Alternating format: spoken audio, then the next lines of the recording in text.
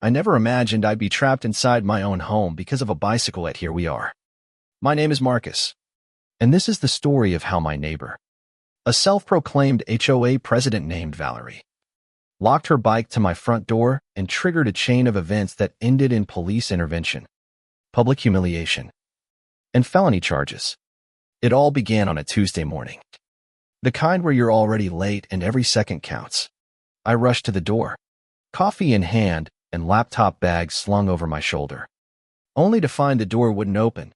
At first, I thought it was just stuck, maybe a warped frame or something minor. But the harder I pushed, the more obvious it became something was blocking it from the outside. I squeezed through the narrow opening just enough to peek out.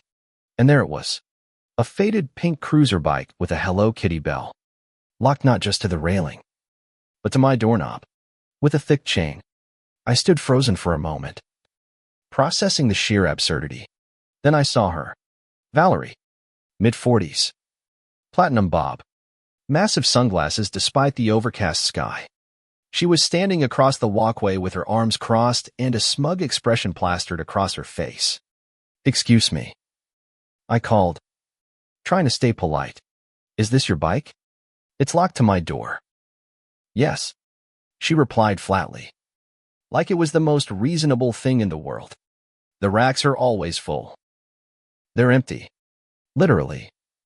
Look over there."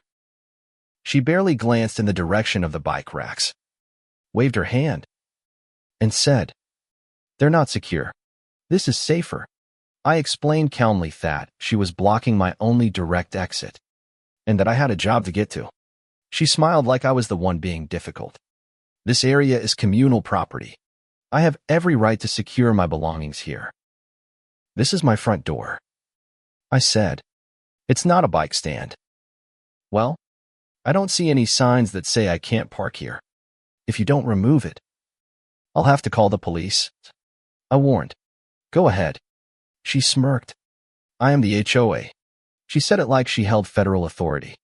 Then she turned on her heel and walked away. I ended up climbing out my back window like a teenager sneaking out to get to my meeting. It wasn't even the worst part. That night, I left a simple note in her bike's basket. "Please remove your bicycle from my door. It's a safety hazard and blocks my entrance." The next morning, the bike was still there, but now my note had been crumpled and tossed onto my welcome mat. At this point, I knew I needed to address it directly. I walked over to Valerie's unit just a few doors down and knocked. When she opened the door and saw me, her face instantly turned cold. "Yes?" she said, full of irritation. "Hi. I'm Marcus, from Unit 4. Your bike is still chained to my door. It's preventing me from entering or exiting safely." Her reply was so ridiculous it stunned me. "The front steps are HOA controlled. Your lease only gives you access to the inside of the unit. But it's blocking access. This is a fire hazard.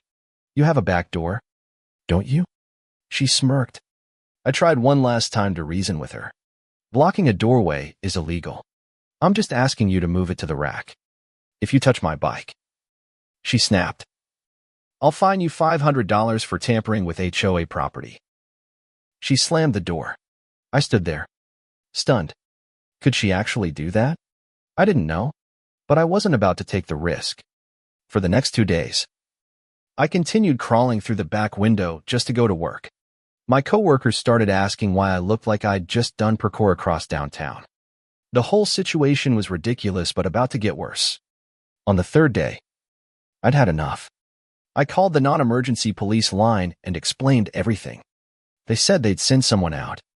20 minutes later, 2 officers showed up. I walked around front to find them talking to Valerie, who was gesturing wildly and trying to assert her non-existent authority. "This is HOA business," she barked. "You have no jurisdiction here." The female officer remained calm. "Ma'am, regardless of HOA rules, blocking someone's primary exit is a violation of city code." Valerie crossed her arms and snapped. "Do you know who I am? I'm the HOA president."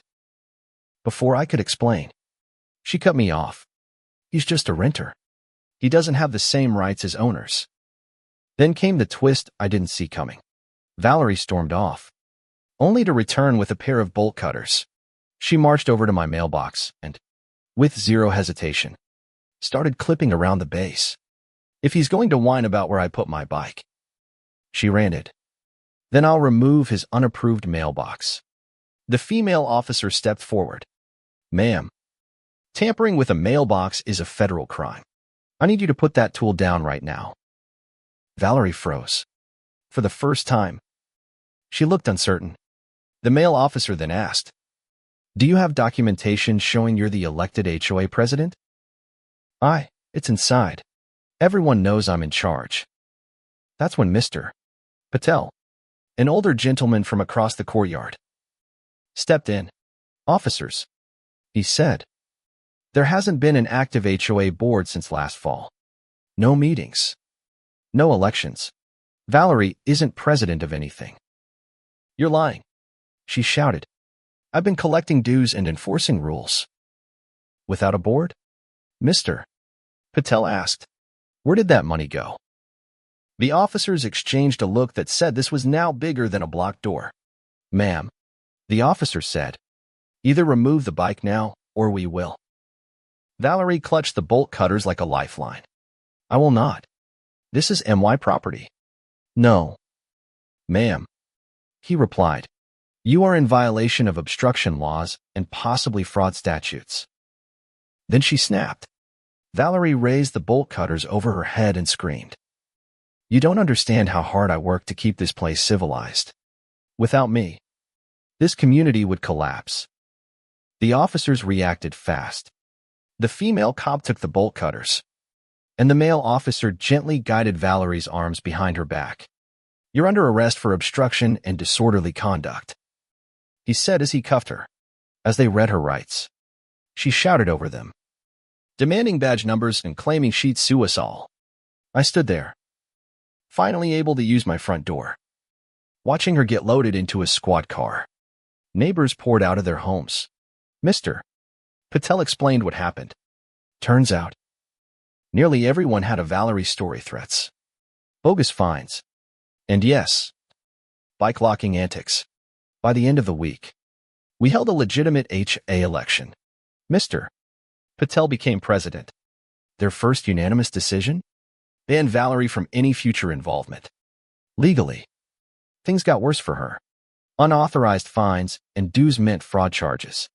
She was sentenced to 6 months probation, 200 hours of community service, and ordered to pay restitution.